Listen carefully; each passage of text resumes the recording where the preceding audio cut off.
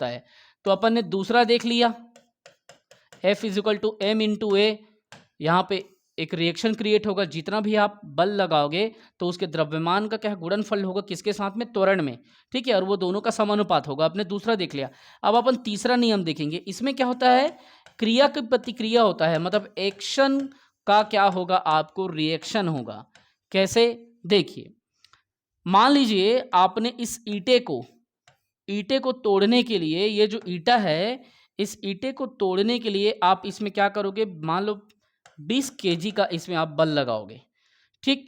तो जितना बल आप इस पे लगाओगे, ईंटा वापस ही कहना चाहिए कि आपके हथेली पर कितना, किस पे, हथेली पर उतना ही 20 किलो का वो क्या करेगा, प्रेशर आपके हाथों पे डाल देगा।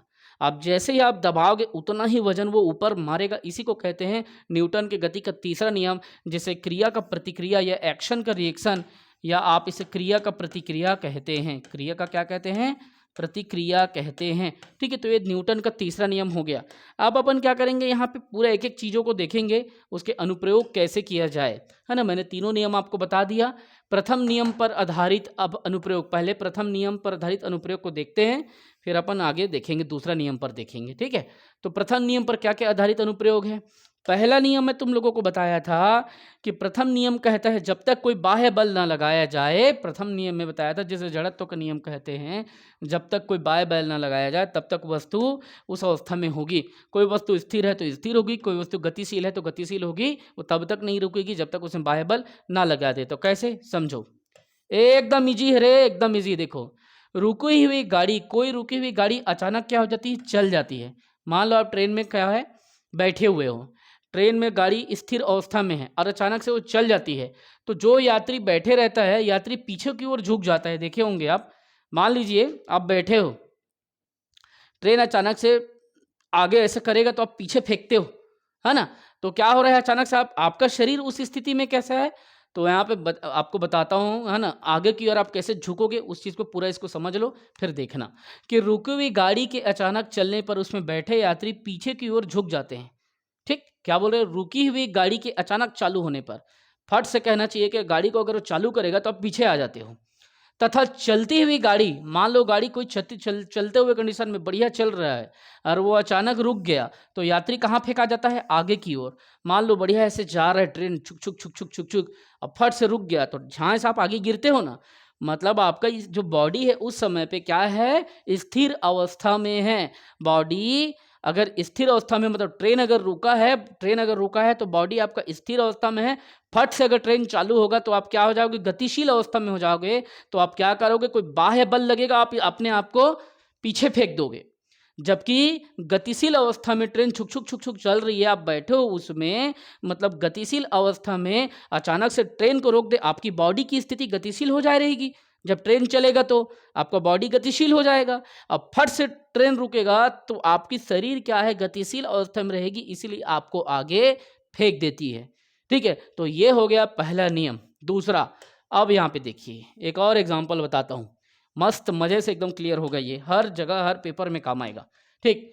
बंदूक की गोली से शीशे में, समझना, गोल छेद हो जाता है। अगर आप बंदूक मारते हो शीशे में तो गोल छेद हो जाता है, जबकि पत्थर मारने पर शीशा क्या हो जाती है, टूट के बिखर जाता है। तो वहां पे कहना चाहिए जो बंदूक की गोली है, ठीक, वो स्पेशल अपने गति में जा रही है और वो एक पॉइंट पर क्या करती है, अटैक करती है, जिस कारण से वो गतिशील में होने के कारण वो छेद के निकल जाती है। जबकि जब आप शीशा पे पत्थर मारते हो तो वो विभिन्न पॉइंट पर कहना चाहिए कि वो अटैक डालती है और वहां पे कहना चाहिए कि वो पत्थर टूट के बिखर जाता है, ठीक।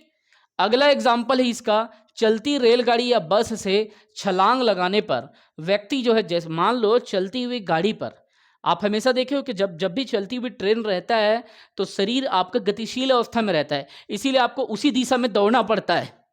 नोटिस किए हो ना, अगर उतरना है आपको ट्रेन से तो आपको ऐसे ट्रेन को पकड़ के थोड़ा दौड़ना पड़ता है। अगर आप नहीं दौड़ेगे तो आप गिर जाओगे, फट से आपका पैर क्या होगा, स्टॉप होगा, तो आप गतिशील अवस्था से स्थिर अवस्था में होने की कोशिश करोगे। तो अब धरती क्या करेगी, उतना ही बल आपके पैर में आपको रोकने के लिए लगाएगी, उतना फ्रिक्शन देगी आपको, तो फट से आप गिर जाओगे।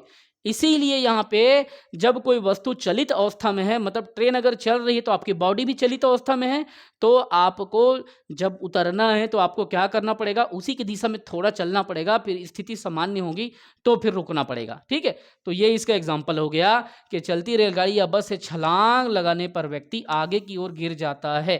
ठीक, अगला एग्जाम्पल, पेड़ को हिलाने से उसके फल टूट कर नीचे गिर जाते हैं, क्योंकि पेड़ जो है स्थिर अवस्था में रहता है। मैं बताया ना, जब तक कि कोई वस्तु स्थिर अवस्था में है तब तक वो चलित अवस्था में नहीं होगा या उसमें परिवर्तन नहीं होगा, जब तक कि बाह्य बल ना लगे। यहाँ पे तुमने क्या किया, फल को तोड़ने के लिए बल लगा दिया। वैसे ही हथौड़े को हत्थे में कसने के लिए हत्थे को जमीन पर मारते हैं हम। हथेड़े को हत्थे में कसने के लिए जो हथौड़ा रहता है, ठीक है, उसको ऐसे कसने के लिए, हम ठस करने के लिए, ताकि हमारा अच्छा से गुटासी सही जगह पे हैमर हमारा पड़े, अपन जमीन पे मार के उसमें बल लगाते हैं ना, तब वो स्थिर होता है, मजबूत होता है। वही चीज़ है, तो जब तक कोई बाह्य बल ना लगाओ उसमें परिवर्तन नहीं होता है। अब दूसरे नियम के बारे में अपन बताते हैं, थोड़ा सा एक बार देख चुके हैं, फिर भी देख लो। इसमें तो इसका एग्जाम्पल कन्फ्यूज़न लगता है, बस समीकरण में आप देखेंगे F = m, ये इसका समीकरण है। ठीक है, तो दूसरे नियम को अगर उस हिसाब से अगर देखा जाओ, उस हिसाब से कहना चाहिए कि बोला जाए न्यूटन के दूसरे नियम, तो ये क्या बोल रहा है, किसी वस्तु पर कार्य करने वाले बल का मान वस्तु के द्रव्यमान तथा वस्तु के उत्पन्न त्वरण के गुणनफल के क्या होता है, समान अनुपाती होता है। कोई भी वस्तु है जिसमें कार्य कर रहा है बल, मतलब F काम कर रहा है, तो वहाँ पे जो भी उसका द्रव्यमान होगा, है ना, उसका गुणनफल होगा उसके, उस वस्तु में त्वरण जो भी उत्पन्न होगा उसके, और ये दोनों फिर क्या होगा, समान अनुपात में रिजल्ट हमको दिखाएंगे। ठीक है, तो उसके ये कैसे समझेंगे, देखिए,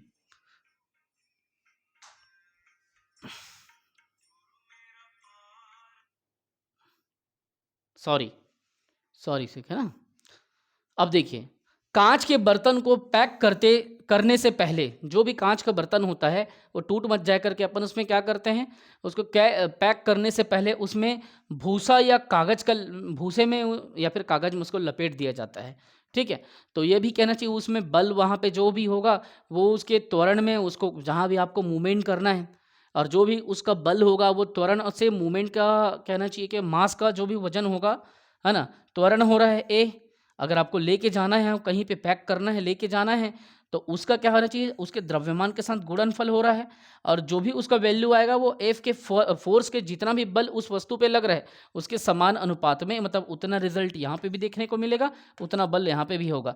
तो ये एग्जाम्पल कठिन है। जो एग्जाम्पल मैं आपको बताया हूँ कि मान लीजिए कोई बच्चा जो है झूले पे झूल रहा है, मैं आप एग्जाम्पल आपको बता चुका हूँ, तो इस बिंदु पे उसका झूला है, ठीक है, और उसको इस बिंदु पे लाना है, तो इस बिंदु पे लाने पे जो भी बल आप F लगाओगे ना, तो उससे क्या होगा, जब इस पे बल लगेगा, ठीक है, तो इसका जो भी वजन होगा, जो भी एम होगा, मतलब मास होगा इसमें जो भी, उसका मल्टीप्लाई हो जाएगा, वो यहाँ पहुँचेगा। मान लो बिंदु ए है, अगर बिंदु ए से बिंदु बी लाना है, झूला को कहाँ लाना है, बिंदु बी लाना है, तो ए से बी में आने के लिए जो भी वो त्वरण करेगा, अर्थात एक्सीलरेशन करेगा, वो मल्टीप्लाई हो जाएगा किसके, इसके वजन के साथ में। ठीक है, तो m × a वही बोल रहा है कि जो आप बल लगाओगे, मतलब = F। ठीक है, F = m × a, तो ये इसका क्या होगा, चेंजेस होगा, है ना। तो किसी वस्तु पे लगाए गए जो बल होगा उस वस्तु के द्रव्यमान का त्वरण के गुणनफल के समानुपाती होगा। ठीक है, तो इतना जान लो। ये झूला है, बच्चा बैठा है, पीछे से 50 किलो आपने वजन लगाया, मतलब F लगाया, फोर्स लगाया, तो जो भी इसका द्रव्यमान है इस झूले का, वो जब त्वरण करेगा एक स्थान से दूसरे स्थान पे आएगा, तो वो क्या होगा, उसका गुणनफल के समानुपाती होगा। तो m और त्वरण के बीच में आया जो भी गणितीय वैल्यू होगी उसकी m × a होगा, और वो बल के समानुपाती होगा। तो उसको मत देखो, उतना कंफ्यूज हो जाओगे, बस इतना जान लो, न्यूटन का जो गति का दूसरा नियम है वो F = m × a इसको बोला जाता है। ठीक है, कोई भी वस्तु का जो बल होता है उसके द्रव्यमान तथा उसमें त्वरण के गुणनफल के समानुपाती होता है बल उसका। ठीक है, तो जो भी द्रव्यमान m होगा, जो भी उसका एक्सेलरेशन होगा, त्वरण होगा, इन दोनों का गुणनफल से जो वैल्यू निकलेगा वो बल के क्या होगा, समान अनुपात में निकलेगा, इक्वल निकलेगा। अगर ये 10 किलो का इसमें बल लगा रहे हो तो द्रव्यमान और त्वरण से भी, मतलब 8 किलो का अगर बल लगा रहे हो तो 8 किलो ही निकलेगा, तो याद रखेंगे आप। अगला देखना, क्रिकेट का जो खिलाड़ी है गेंद को कैच करते समय क्या करता है, अपने हाथों को थोड़ा पीछे कर लेता है। ठीक है, मतलब जितने बल से वो वहां से आ रहा है उतने बल, कहना चाहिए कि जिस स्पीड में आ रहा है वो, जितना त्वरण हो रहा है उतना अपन क्या करते हैं, उतना ही अपन बल लगाते हैं और उसी त्वरण में अपन हाथ को पीछे करते हैं ताकि फट से अपन कैच कर लें उसको। ठीक है, तो जो भी बल लग रहा है वो उसके द्रव्यमान मतलब भार और त्वरण का क्या होगा, मल्टीप्लीकेशन होगा, वो होगा गुणनफल, और वो बल का क्या हो समान अनुपात में आंसर आपको लेंगे। तो उसका एक और वो है एग्जाम्पल है, गाड़ियों में शॉकर लगाए जाते हैं ताकि वो शॉक को क्या करे, एब्जॉर्ब करे उतने ही गति के साथ में, है ना। तीसरा नियम आपको देखे होंगे, तीसरा नियम तो बता एक्शन का रिएक्शन है। किसी अगर पत्थर को तोड़ना है, किसी पत्थर को अगर आपको तोड़ देना है तो पत्थर को तोड़ने के लिए क्या करना पड़ेगा, आपको जितना बल आपको उस पत्थर को मारने में लगाओगे, मान लो 20 किलो का आपने वजन लगाया, पत्थर भी आपके क्या करेगा, उसी हथौड़े पे 20 किलो का वजन उतना लगाएगा, इसलिए झम से वाइब्रेशन पैदा होता है। ठीक है, तो जैसे यहाँ पे बंदूक की गोली छोड़ते समय बंदूक को क्या करते हैं अपन, पीछे की ओर हटा देते हैं। ठीक है, बंदूक पीछे आ जाता है, एक्शन का रिएक्शन मतलब आगे आपको बंदूक की गोली भेजना है तो उसी स्पीड में उतना ही बल से बंदूक पीछे चला जाता है। ठीक है, तो एक्शन का क्या हो रहा है, रिएक्शन हो रहा है, जितना हमने बल लगाया उतने बल से वो पीछे वापस आ जाता है ना। नाव से जमीन पर उतरते समय नाव क्या है, पीछे हट जाता है। जैसे आप नाव से जमीन पर उठते हो, कूदते हो, तो क्या है, जैसे आप उतरने के लिए उठते हो नाव उतने ही पीछे उधर चली जाती है जितना बल आप सामने लगाते हो।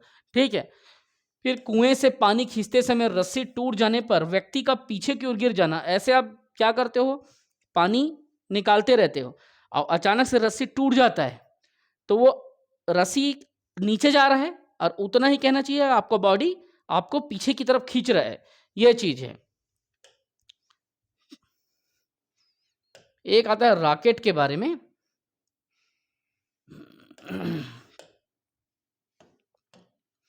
रॉकेट की गति के दौरान जब रॉकेट गति करता है तो ईंधन जो है गैसें तेजी से मतलब ईंधन का जो गैस है वो तेजी से नीचे की ओर निकलती है, जिसकी प्रतिक्रिया के कारण रॉकेट क्या है, ऊपर चले जाता है।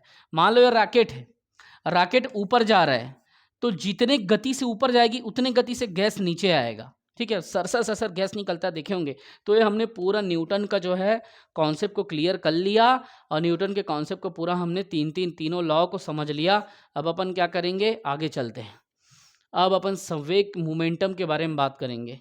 ठीक है, ज़्यादा हम लोग इसमें परेशान नहीं होंगे क्योंकि एक क्वेश्चन आएगा और एक क्वेश्चन के लिए अति ज़्यादा सर दर्द पालना उचित नहीं है। देखना संवेग क्या होता है, कोई भी वस्तु में जो कहना चाहिए कि मात्रा जो गति की स्पीड होती है ना, गति की जो भी मात्रा होती है वही होता है ना, मोमेंटम, संवेग। तो देखिए देखिए वस्तु का संवेग वस्तु में निहित गति की मात्रा है। अगर आपसे पूछा जाए कि संवेग क्या है तो जो वस्तु में हमारा कहना चाहिए स्पीड है, स्पीड की जो मात्रा है, क्वांटिटी है। ठीक है, तो क्वांटिटी ऑफ स्पीड यही संवेग है। तो इसको कैसे आप देखो, इसका कैसा सूत्र बनता है, तो ये बनता है द्रव्यमान इंटू वेग, वेलोसिटी। ठीक, तो इसको संवेग को क्या करना है आपको, P = m × v। अब इसको यहाँ पे देखते हैं, किसी गतिमान वस्तु के, कोई भी वस्तु जो गतिमान है उसके द्रव्यमान तथा वेग के गुणनफल को उस वस्तु का क्या कहते हैं, संवेग कहते हैं। ठीक, तो कोई भी गतिशील वस्तु है, कोई भी, मान लो एक शाफ्ट ऐसे गतिशील है, किसी गतिमान वस्तु का जो तो उसका द्रव्यमान होगा, जो भी उसका वजन होगा वहाँ पे, मान लो 10 टन 15 टन, तथा वेग जो भी वेग होगा, वेलोसिटी, जिस स्पीड से वो कहना चाहिए कि घूम रही है, वेलोसिटी होगा जो भी उसका, तो उन दोनों का मतलब वजन, लेकिन वो गतिमान होना चाहिए ना, वस्तु क्या होना चाहिए, गतिमान स्थिति में होना चाहिए। तो वस्तु गतिमान सी है तो उसका द्रव्यमान मतलब वजन तथा इंटू गुणनफल क्या, वेग मतलब वेलोसिटी, जिस गति से वो घूम रही है ना, गतिमान हो रही है जिस गति से, मान लो वो सॉफ्ट घूम रही है, तो उन दोनों के बीच में जो वैल्यू आएगा वो संवेग कहलाएगा। ठीक है, संवेग का वैल्यू कहलाएगा। तो संवेग के लिए पी से नोटेशन देते हैं, यहाँ पे स्मॉल पी ले सकते हो, है ना, यहाँ पे = m × v। ठीक है, तो संवेग बराबर द्रव्यमान इंटू वेग, हिंदी में संवेग बराबर द्रव्यमान इंटू वेग होता है। ठीक है, द्रव्यमान गुणा वेग। बस इतना जान लो कि वस्तु का संवेग वस्तु में निहित जो स्पीड होती है, जो गति होती है, गति की मात्रा को ही कहना चाहिए कि हम लोग क्या कहते हैं, संवेग कहते हैं। और किसी गतिमान वस्तु के द्रव्यमान तथा वेग के गुणनफल को, कोई भी गतिमान वस्तु है, ठीक है, गतिमान वस्तु के द्रव्यमान मतलब m तथा वेग के गुणनफल को, जो भी स्पीड से वो क्या हो रहा है, घूम रहा है ना, वेलोसिटी से, तो उस चीज के दोनों के बीच में अपन क्या है गुणनफल निकालते हैं, मतलब मल्टीप्लाई कर देते हैं। जितना वजन है, मान लो 5 किलो था द्रव्यमान उदाहरण के लिए, वेलोसिटी जो भी स्पीड रही होगी है ना 340 प्रति सेकेंड या 350 नंबर ऑफ टन्स पर सेकेंड जो भी, तो उसको यहाँ पे अपन क्या करते हैं निकाल देते हैं। मान लो 340 है, 340 टन्स है ना, टर्न जो जो टर्न होता है ना, 1 टन 2 टन 3 टन है ना, तो नंबर ऑफ टन्स जो टर्न करता है ना, तो वो प्रति सेकंड मान लो कि इतना 300 1 सेकंड में 340 बार घूम रहे हैं उदाहरण के लिए, चलो प्रति मिनट कहते हैं 1 मिनट में 340 बार कर रहा है। इन दोनों की जो भी वैल्यू यहाँ पे निकलेगी वही संवेग का वैल्यू निकलेगा। ठीक है, तो ये चीज़ हो गया संवेग। एकदम ज़्यादा हमको इसमें एनालिसिस नहीं करना है, एक क्वेश्चन आएगा और वो भी कहाँ से उठाएगा कोई भरोसा नहीं है। ठीक है, तो आप देख लो, इसका एसआई मात्रक पूछा जाता है, संवेग का एसआई मात्रक क्या है, तो किलोग्राम प्रति सेकंड होता है। उस चीज़ पे अपन यहाँ पे चर्चा करेंगे। देखिए, प्रति मिनट किलोग्राम मीटर प्रति सेकंड होता है ना, तो ये सबसे पहले संवेग क्या है, तो सदिश राशि है, जो कि मैं पहले बता चुका हूँ। संवेग क्या है, सदिश राशि है। इसका मात्रक क्या है, तो किलोग्राम मीटर प्रति सेकंड होता है। ठीक है, किलोग्राम मीटर प्रति सेकंड होता है। ठीक तो ये हमने देख लिया। अगर आपको बल क्या है करके अगर कोई पूछता है, मान लो बल क्या है, बल से आप क्या समझते हो, तो बता चुका हूँ F is equal to M into A, है ना। किसी वस्तु पे अगर आप जो बल लगाते हो तो जो भी उसका वजन होता है और उस वस्तु पे जो भी त्वरण होता है, मतलब चेंजेस होता है, समझ लो, इन दोनों का जो भी रिजल्ट निकलता है वो बल कहलाता है। तो सरल भाषा में कैसे अपन कहेंगे, क्या चेंजेस को अपन देखो, बल को समझो। बल वह बाह्य कारक है, बल एक ऐसा बाहरी कारक है जो किसी पिंड की अवस्था में, कोई भी पिंड या कोई भी बॉडी है जिस पे तुमने क्या लगाया, बल लगाया, उस पिंड की अवस्था में जो परिवर्तन होता है ना, या परिवर्तन करने का प्रयास करता है, वही बल कहलाता है। और यही देखो, आपको लग रहा है, आपको देख के समझ गए हो कि न्यूटन की गति का नियम है ये, है ना। दूसरा नियम है ना, F is equal to M into A, तो बल बराबर पिंड का द्रव्यमान हो जाएगा एम, और ए जो है वो त्वरण हो जाएगा। त्वरण मतलब वो जैसे कि झूला इस जगह पे है और झूला इस पॉइंट ए से झूला यहाँ पे आ गया क्योंकि आपने बल लगा दिया उसमें, तो पॉइंट बी पे आ गया। तो ये बी पे जब आया ना, तो इन दोनों के बीच में ये जो गैप है यही त्वरण कहलाएगा ये, और इसका जो भी भार होगा वो इसका द्रव्यमान कहलाया जाएगा। तो दोनों के बीच में मल्टीप्लिकेशन होगा, तो यहाँ पे बल मतलब फोर्स का वैल्यू निकाला जा सकता है। ठीक है, तो ज़्यादा इसमें परेशान होना नहीं है, जितना ज़रूरत है उतना आप इसको दिमाग में रखो, सुनते जाओ, देखते जाओ। ठीक है, अब देखेंगे आवेग क्या है। आवेग जो होता है ना, ये बल और समय के अंतराल के बीच का गुणनफल होता है। कैसे, देखिए, इस चीज़ को समझिए, फिर समझ जाओगे। आवेग बराबर संवेग में परिवर्तन भी कहते हैं, बट एकदम जटिल अपन को एकदम जाना नहीं है। टोटल जीएस में तो 10 नंबर के क्वेश्चन आएगा, जिसमें इतिहास, संविधान, अर्थव्यवस्था इधर से ज़्यादा क्वेश्चन पूछेगा, और विज्ञान तो इतना सारा सिलेबस भर दिया है, लेकिन क्या कर सकते हैं, कोशिश करते हैं जितना आप लोग अच्छे से कर लो। एक क्वेश्चन फंसेगा कहीं से, है ना, और वो भी जो शुरुआत में पढ़ाए उधर ही से पूछेगा। तो अपन पहले देखते हैं कि ये टर्म क्या चीज़ है ना। आवेग बराबर क्या होता है समझेंगे।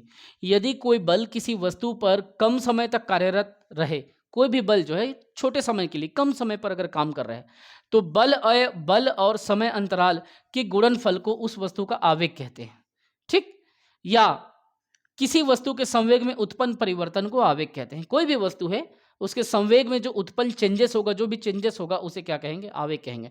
तो सरल भाषा में दोनों तरीके से निकाल दिया है। एक तो देखो, समझने की बात करना, यदि कोई बल किसी वस्तु पर, मान लो वो वस्तु, जो भी वस्तु है, मान लो कोई एक मशीन है ना, कोई एक वस्तु पर कोई बल काम कर रहा है ना। यदि कोई बल किसी वस्तु पर कम समय तक कार्यरत रहे, कम समय तक बल उसमें लग रहा है, मान लो उस मशीन में इसको खींचने पे मान लो आपका बल लग रहा है 50 किलो, 50 केजी, कम समय तक। ठीक, यदि कोई बल, बल मतलब एफ, ठीक है, जो यहाँ पे बल लग रहा है, यदि कोई बल किसी वस्तु पर, इस वस्तु पर, इस बॉडी पर कम समय तक कार्यरत रहे, तो बल और समय के अंतराल का गुणनफल, ठीक है, तो समय अंतराल यहाँ पे देखा जाए कि कितने समय तक वो काम कर रहा था। 50 किलो जो है कब तक लगा, मान लो 3 सेकंड तक लगा उदाहरण के लिए। ठीक, 3 सेकंड तक समय अंतराल के अंदर में वो 50 किलो इस पे काम किया, कम समय तक वो 3 से 50 किलो का वजन उसमें आपने काम किया। ठीक है, तो इन दोनों का जो गुणनफल होगा वही आयोग कहलाएगा। वही आवेग कहलाएगा। तो 50 किलो मल्टीप्लाई 3 सेकेंड, तो इन दोनों के बीच में जो भी वैल्यू निकलेगी बेटा वही क्या होगा, आवेग कहलाएगा। मतलब किसी वस्तु पर बल थोड़े समय के लिए अगर काम करे तो उस समय पे बल और समय अंतराल के गुणनफल को, जो भी समय अंतराल इसमें कहना चाहिए जिसमें काम हुआ है, उसी को क्या कहते हैं, वस्तु का आवेग कहते हैं। या किसी वस्तु में संवेग में उत्पन्न परिवर्तन को आवेग कहते हैं। तो उतना मत जाओ, सिर्फ ये जान लो आवेग बराबर क्या फार्मूला होता है। आपको पूछेगा कि इसके फार्मूले को बताओ, तो आवेग के कहना चाहिए कि बल जो भी 50 किलो लगा था, गुणनफल समय अंतराल, एकदम छोटे समय के लिए मान लो मैंने 3 सेकंड का उदाहरण दिया था, तो यही है आवेग बराबर बल इंटू समय अंतराल। इतने समय के अंतराल में वो बल हट गया, मान लो सिर्फ जो 50 किलो का वजन है सिर्फ 3 सेकंड के लिए लगा था, और उसके 3 सेकंड के बाद वो बल हट गया, तो ये आवेग कहलाएगा। क्या, तो ये 50 किलो का और 3 सेकंड का जो मैंने उदाहरण दिया है, दोनों को मल्टीप्लाई करेगा और आवेग हमारे पास निकल जाएगा। दूसरे शब्दों में ऐसा भी लिखा जाता है, आवेग बराबर संवेग में परिवर्तन की दर। क्या, संवेग में उत्पन्न परिवर्तन को ही आवेग कहते हैं। ठीक है, तो ये बस पहले टर्म को याद रखना है आपको, आवेग बराबर बल इंटू समय अंतराल। अब आवेग के कुछ उदाहरण देखेंगे। ठीक है, खिलाड़ी कूदता वगैरह है, खिलाड़ी वो सब के बारे में देखते हैं यहाँ पे। पहला कराटे खिलाड़ी के बारे में देखते हैं। ठीक है, फिर आवेग का जो यहाँ पे कॉन्सेप्ट है क्लियर हो जाएगा। कराटा खिलाड़ी द्वारा हाथ में प्रहार से ईंटों की पट्टी को तोड़ना। ठीक है, कुछ समय के लिए 50 किलो का वजन वो लगाया। मान लीजिए ईंटों का 3 लेयर बना है, 3-3 ईंटा को ये लगा दिया है। अब ये तीनों को कराटा का खिलाड़ी क्या करेगा, इसको मारेगा सीधा 50 किलो का वजन, कितने समय के लिए, सिर्फ 2 सेकंड, 1 सेकंड के लिए, 1 सेकंड में तोड़ देता है वो। तो इन दोनों के बीच में मल्टीप्लाई होगा, वही आवेग होगा, वही उतनी स्पीड में वो क्या किया, धड़ांग से एक्शन कर दिया। ठीक है, तो यही चीज़ समझो, कराटे खिलाड़ी द्वारा हाथ के प्रहार से, किसके द्वारा, हाथ के प्रहार से ईंट की पट्टी को क्या किया, उसने तोड़ दिया। ये जो ईंट की पट्टी लगा था ना, उसको 50 किलो को सीधा अपने हाथ को मारा और 2 सेकंड में उसको तोड़ दिया। तो इन दोनों के बीच में बल और कहना चाहिए कि यहाँ पे जो चेंजेस आ रहा है समय अंतराल का, इन दोनों का बल और समय अंतराल का जो मल्टीप्लिकेशन निकलेगा वही आपका आवेग होगा। उसी को टेक्निकल भाषा में आवेग कहते हैं। एकदम सरल है। ठीक, अगला देखिए, अगला एग्जाम्पल को समझना। अधिक गहराई तक कील को गाड़ने के लिए भारी हथौड़ों का उपयोग किया जाता है।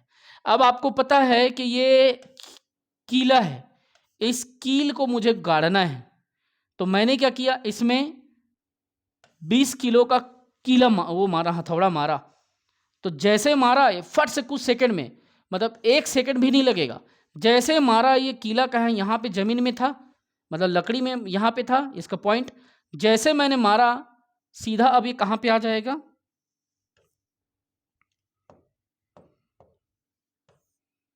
जैसे मैंने मारा अब ये कीला जो है यहाँ नीचे आ गया। ठीक है, यहाँ पे सीधा आ गया।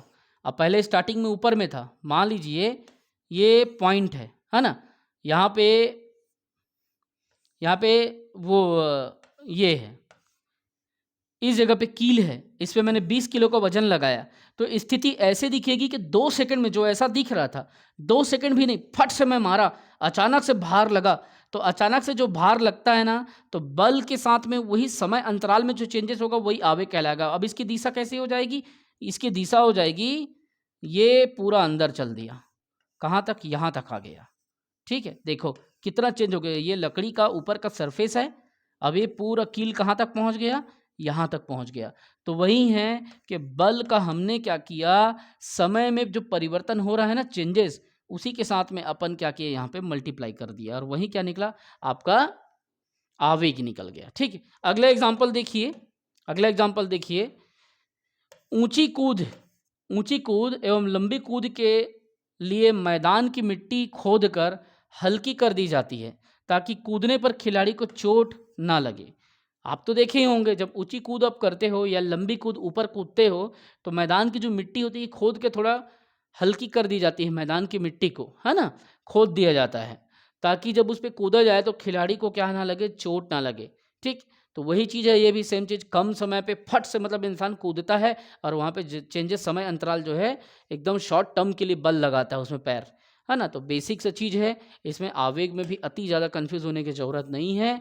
बस आप ये जान लो, यदि कोई बल किसी वस्तु पर कम समय तक कार्यरत हो, शॉर्ट टर्म के लिए, तो बल, जो बल लग रहा है ना, बल और वो जो कम समय है 3 सेकंड, तो बल और समय अंतराल का जो भी गुणनफल होगा वही उसका आवेग होगा। खत्म बात। इसका फार्मूला क्या है? आवेग बराबर बल इंटू समय अंतराल। ठीक। अब आवेग के उदाहरण भी मैं बता दिया। अब मैं आपको बताऊंगा शक्ति के बारे में, क्योंकि इसमें से एक क्वेश्चन आता है, 1 वाट बराबर कितना होता है, ये चीज़ 1 वाट घंटा में कितना जूल होता है, ये वाला क्वेश्चन आता है। और सबसे ज़्यादा 746 बराबर 1 हार्स पावर बराबर 746 वाट होता है, इसको पूछा जाता है। तो सबसे पहले आप देखिए पावर को समझिए, शक्ति क्या है। ठीक है, फिर अपन क्या करेंगे, इसके टर्म को समझेंगे, इसके टेक्निकल टर्म को समझेंगे। तो पावर क्या है? कार्य करने की दर को शक्ति कहते हैं। ठीक। यह एक कौन सा है? अदिश राशि है। इसका मात्रक क्या होता है? तो वाट ही इसका मात्रक होता है। ठीक। तो शक्ति क्या है बेटा? कार्य करने की दर। जैसे कि मान लीजिए राम ने काम किया, राम ने 1 घंटे में, 1 हावर में क्या किया? 20 मटके बना दिया। ठीक। उसकी शक्ति कितनी थी? 20 मटके बनाने की थी। श्याम ने क्या किया? उसी को 1 घंटे में, 1 हावर में उसने क्या किया? 30 मटके बनाया, मतलब 10 मटके वो ज़्यादा बना दिया। तो इन दोनों का जो दर है वो देखिए, उसमें डिफरेंसेस आपको 10 मटके का दिख रहे हैं। ठीक। और इसी जो कार्य करने की जो दर है उसे शक्ति कहते हैं। इसकी जो शक्ति थी, इसकी जो पावर थी, 20 मटके बनाने की थी, इसकी पावर 30 मटके बनाने की थी। और ये क्या है? अदिश राशि है, अर्थात इसमें दिशा की जरूरत नहीं पड़ती, सिर्फ क्वांटिटी की जरूरत पड़ती है। 20, 30, 40, उत्तर दक्षिण पूर्व पश्चिम दिशा की जरूरत नहीं पड़ती। इसका मात्रक क्या है? वाट होता है कार्य करने का। ठीक है, तो इसका मात्रक क्या है? वाट होता है। अब इसको कैसे जानेंगे टेक्निकल टर्म में? इसको अपन जानेंगे कि शक्ति बराबर या पावर बराबर क्या होता है। तो पावर बराबर कार्य बटा समय, कार्य बराबर समय। तो कार्य का मात्रक होता है जूल, समय का मात्रक होता है सेकंड। आपको बताया था ना कितना समय लगेगा, 2 सेकंड लगेगा। कार्य का जूल, तो दोनों का जो मात्रक निकलेगा, शक्ति का कहना चाहिए कि शक्ति का मात्रक होता है वाट। ठीक है, तो इसको दर्शाते किस में है? अगर आपको इतना कार्य किया, 20 मटके बनाया, कितने सेकंड में बनाया, कितने घंटे में बनाया? 1 घंटे में। तो उसको निकालना है तो जूल प्रति सेकंड आपको लगाना पड़ेगा। तो इज इक्वल टू वाट होता है। जूल प्रति सेकंड बराबर क्या होता है? वाट होता है। अब इसको छोड़ दो, बस ये चीज़ याद रखो, ये चीज़ पूछा जाता है। शक्ति बराबर क्या होता है? तो कार्य बटे समय। इतना काम किया इतने घंटे में, 20 मटके का कार्य किया 1 घंटे में राम ने, तो वही उसकी शक्ति थी। ठीक। अब उसको आपको कहना चाहिए कि टेक्निकल टर्म में वाट में अगर निकालना है तो कार्य का मात्रक जूल होता है, समय का मात्रक सेकंड होता है, शक्ति का मात्रक वाट होता है। ठीक है, तो इसको पूछा जाता है कि कार्य का मात्रक क्या होता है? तो जूल होता है। समय का मात्रक क्या होता है? सेकंड होता है। शक्ति का मात्रक क्या होता है? तो वाट होता है।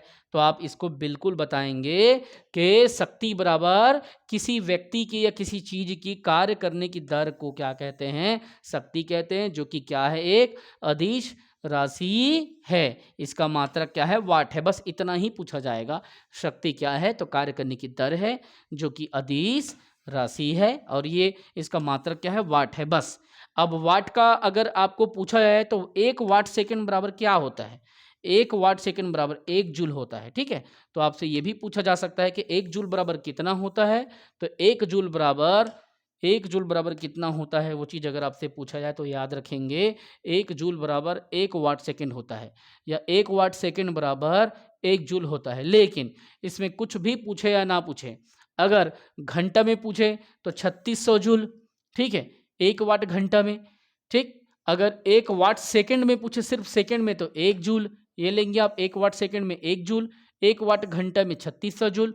और उतना ज़्यादा दिमाग मत लगाओ, बस इतना जान लो, हार्स पावर पूछता है कि 1 HP बराबर कितना होता है? 1 हार्स पावर, तो याद रखना 746 वाट होता है। कितना? 746 वाट। बस इसको पूछा जाता है वाट से कि 1 हार्स बराबर 1 अश्व शक्ति बराबर कितना होता है? इसको पूछा जाता है। 1 अश्व शक्ति बराबर 746 वाट। कितना? 746 वाट होता है 1 अश्व शक्ति के बराबर। आपको पूछा जाएगा 1 अश्व शक्ति बराबर कितना वाट होता है? 746 वाट। और 1 वाट सेकंड बराबर 1 जूल, याद रखना। कार्य का मात्रक जूल होता है ना, तो कार्य करता है तो कितने सेकंड में कार्य कर रहा है पूछते हैं ना, समय उसमें लगा रहता है ना, तो वही चीज है 1 वाट सेकंड बराबर 1 जूल। और आपको 1 HP बोले तो लिख ले रहे कुसुम, 1 HP बराबर बेटा 746 हर्स, इतना आपको याद रखना है। 1 हर्स बराबर बराबर कितना वाट होता है, तो 746 वाट होता है। कितना? 746 वाट। इसी को पूछेगा PSC व्यापम सब जगह, ठीक है। तो इतना हमने अच्छे से देख लिया। टी ब्रेक ले लो, चाय वाय पी लो, पानी पी लो, कोई दिक्कत नहीं है, आराम से आप लोग क्लासेस को कंटिन्यू करो। फिर अगले अपन क्या करेंगे, एनर्जी के बारे में देखेंगे, है ना, ऊर्जा को देखेंगे अगली क्लास में, समझेंगे कि ऊर्जा क्या होता है और ऊर्जा में एनर्जी में क्या क्या चीज़ों को अध्ययन करेंगे, अगली क्लास में देखेंगे, ठीक।